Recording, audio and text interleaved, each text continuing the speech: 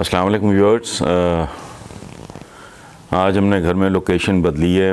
پہلے تو میں آپ سے جب بات ہوتی تھی تو میں اسٹڈی میں ہوتا تھا. آج سٹنگ روم جس کے پیچھے ہمارا سنکن ایریا ہے, اوپن ٹو اسکائی, تو وہ شاید تھوڑا عجیب لگے آپ کو. اچھا, آج کرونا کے بارے میں ایک بات کرنی ہے کہ پوری دنیا میں ظاہر ہے بہت سنسنی پھیلی ہوئی ہے, سیم پھیلا ہوا ہے, لیکن اس کے بارے میں چند حقائق ہم لوگوں کے علم میں ہونے چاہیے. دنیا میں اب تک اس سے 1.5 لاکھ اموات ہو چکی ہیں, لیکن دنیا کی اگر ٹوٹل آپ پاپولیشن دیکھیں تو الحمدللہ اللہ پاک کا کرم ہے کہ ایک سرزنش ہے, ایک وارننگ ہے. یہ وائرس نہیں, میں اس کو ڈے ون سے ایک وارننگ سمجھ رہا ہوں, اور یہ وارننگ پورے بنی نوع انسان کے لیے ہے. اس کی وجہ ہے ہم نے اس کو, میں نے پہلے بھی عرض کیا تھا کہ ہم اس دنیا کے مالک نہیں ہیں, ہم کرایہ دار ہیں. ہمارا مختصر سا سٹے ہوتا ہے, ہم آتے ہیں چلے جاتے ہیں. ہم نے اس دنیا کے ساتھ, ہم سے میری مراد بنی نوع انسان نے, آل آف اس, کیا یہ جیسے یہ کلی طور پہ ہماری کوئی اجارہ داری ہے, نہیں, پارٹنرز ہیں. یہ سمندری مخلوق ہے, یہ جو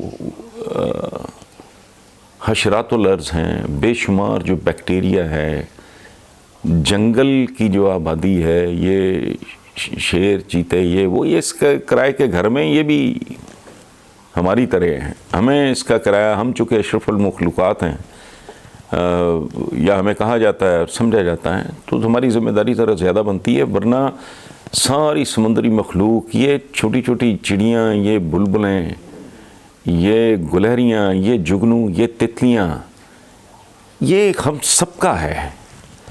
ہم نے یہ سمجھ لیا کہ جیسے ہماری کو ٹوٹل منوپلی ہو.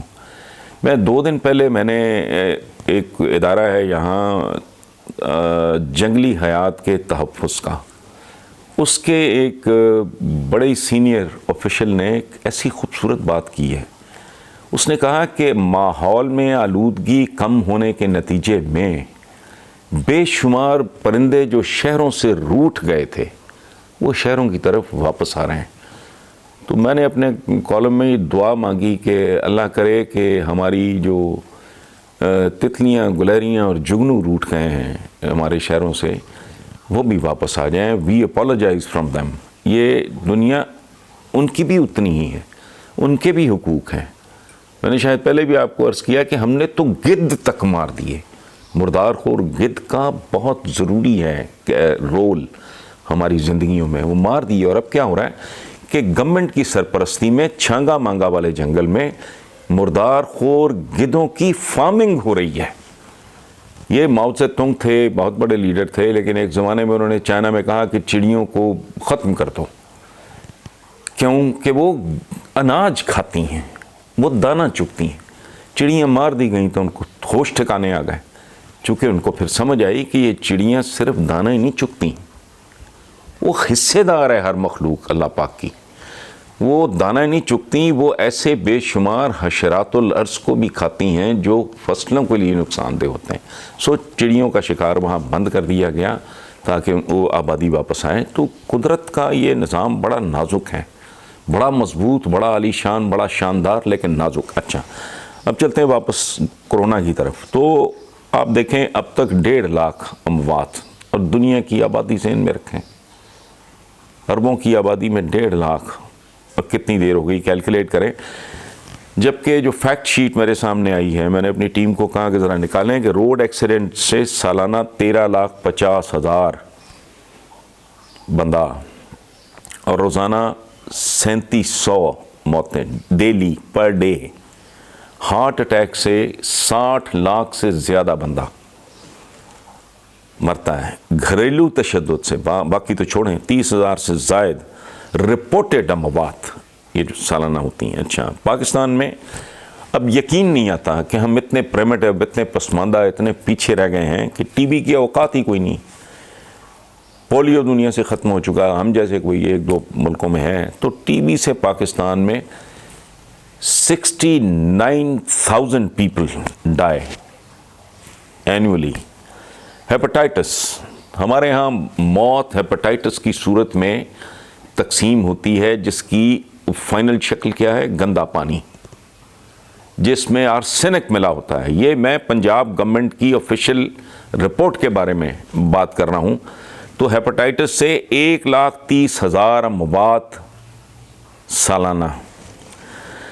اور شرمندگی کی بات ہے، دکھ کی بات ہے، ندامت کی بات ہے، لیکن حقائق ہیں. میں آپ کے ساتھ شیئر کر رہا ہوں. صرف تھر میں پچھلے سال بھوک سے، غذا کی کمی سے 820 بچے، ان میں شاید کوئی آئنسٹائن ہوتا، کوئی نیوٹن ہوتا، کوئی ایڈیسن ہوتا، اللہ بہتر جانتا ہے. 820 بچے صرف خوراک پوری نہ ملنے کی وجہ سے مر گئے. اچھا، تو اس صورتحال میں اگر اب تک 1.5 لاکھ اموات ہوئی ہیں تو اللہ سے ڈرنا چاہیے. اپنی کہتے ہیں نا، آپ ہی اپنی اداؤں پہ ذرا غور کریں، اپنے کرتوتوں پہ، اپنی پرفارمنس پہ. بحیثیت انسان اجتماعی طور پہ ہمیں سوچنا چاہیے کہ کیا صورتحال ہے. واقعی صورتحال یہ ہے کہ الرٹ رہیں، احتیاط کریں. باقی گھبرانے کی ضرورت نہیں ہے. لیکن ہمارے ہاں جو ایک تاثر ہے بہت غلط، بہت جہالت سے بھرا ہوا، وہ کیا ہے کہ جی جو رات قبر میں آنی ہے، بھائی ایسا نہیں ہے. ایوریج عمر اگر آپ دیکھو، اوسط عمر اگر آپ دیکھو، اسکینڈینیویا کی اور ہے، پاکستان کی بالکل ہی کہیں سے کہیں پہنچی ہوئی ہے. مہذب دنیا میں جہاں ٹریٹمنٹ ہے، جہاں انوائرمنٹ خوبصورت ہے، جہاں خوراک خالص ہے اور بہتر ہے، جہاں غیر ضروری ٹینشنز نہیں ہیں، وہاں ایوریج عمر زیادہ ہے. تو اس کا مطلب ہے جو رات قبر میں آنی ہوتی ہے وہاں وہ رات ذرا آگے چلی جاتی ہے، کوئی 10 15 20 سال آگے چلی جاتی ہے. یہ غلط ہے. اور پھر جو کہتے ہیں جی موت تو جب آنی ہے تو آنی ہے، وہ ایسا نہیں ہے. جس کا یہ کلیم ہے کہ جب آنی ہے تو آنی ہے، اس کا یہ مطلب نہیں ہے. بات درست ہونے کے باوجود غلط ہے. اگر ایسی بات ہے جس کا یہ بڑا دعویٰ ہے، وہ مینار پاکستان پہ چڑھ کے چھلانگ مارے، پھر میں دیکھتا ہوں کیسے نہیں آتی. ایسا نہیں ہے. ہماری بے شمار حرکتیں ہوتی ہیں خودکشیوں جیسی. اب ایک چھوٹا سا بریف، بہت ہی چھوٹا، بہت ہی معمولی، کہ 14ویں صدی میں پلیگ پھیلا یورپ میں، 25 لاکھ بندہ صاف ہو گیا. حالانکہ اس وقت دنیا کی آبادی نہ ہونے کے برابر تھی. 14ویں صدی کی میں بات کر رہا ہوں. اچھا، 18ویں صدی تک یہ سلسلہ چلتا رہا جو بہت ہی بھیانک ہے. اس کے نتیجے میں کیا ہوا؟ مین پاور ختم ہوئی اور پتہ نہیں کیا کچھ ہوا. لیکن الٹیمیٹلی یہ صورتحال کو گھسیٹ کے لے گیا انڈسٹریل ریولوشن کی طرف. یعنی انسان ایک نئے اور انتہائی روشن اور ماڈرن اینڈ میں داخل ہو گیا، جس کے نتیجے میں اسٹیم انجنز بھی آئے، تو ریلوے بھی آئی، تو جہاز بھی آئے، اور کاریں بھی آئیں، اور پتہ نہیں کیا کیا کچھ ہوا. پھر اس کو گریٹ ڈپریشن کا سامنا کرنا پڑا اس قرۂ ارض کے انسانوں کو. لاکھوں لوگ متاثر ہوئے. سیکنڈ ورلڈ وار، خاتمہ اس کا سیکنڈ ورلڈ وار کے آغاز سے ہوا، جس میں 8.5 کے قریب، 8.5 کروڑ کے قریب لوگ. اچھا، کہنے کا مقصد صرف اتنا ہے کہ الرٹ رہیں، بہت احتیاط سے کام، لیکن غیر ضروری ٹینشن لینے کی قطعاً کوئی ضرورت نہیں ہے. ہماری تو بنیادی تربیت ہے اعتدال اور میانہ روی کی. میں پہلے بھی عرض کر چکا ہوں. اور اعتدال اور میانہ روی کا حکم ہے ہمیں عبادت سے لے کے کھانے میں. تو اب اگر ہم تھوڑی سی اگر کوئی احتیاط کر لیں گے اور تھوڑا سا، میں سمجھتا ہوں کہ اس کے بعد جو لائف سٹائل ہے وہ چینج ہوگا. انسان کا وے آف لائف، بے شمار چیزیں انسان کو ریکنسیڈر کرنا پڑیں گی، ری وزٹ کرنا پڑیں گی کہ بھائی یہ جو قرۂ ارض ہے یہ کوئی باپ کی بری یا وہ اماں کے جہیز میں نہیں آیا.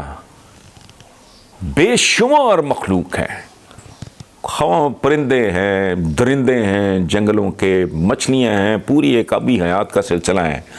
یہ ان سب نے بھی زندہ رہنا ہے.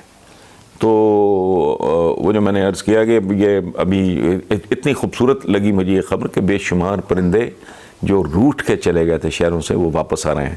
تو اللہ کرے تتلیاں بھی ہمیں معاف کر دیں اور واپس آ جائیں اور ہم بہتر انسان بن کے صحیح معنوں میں جسے کہتے ہیں نا اشرف المخلوقات, تو ان سے اشرف ہونے کا ثبوت دیں اور ان پہ بھی رحم کریں, ان کو بھی اسپیس دیں.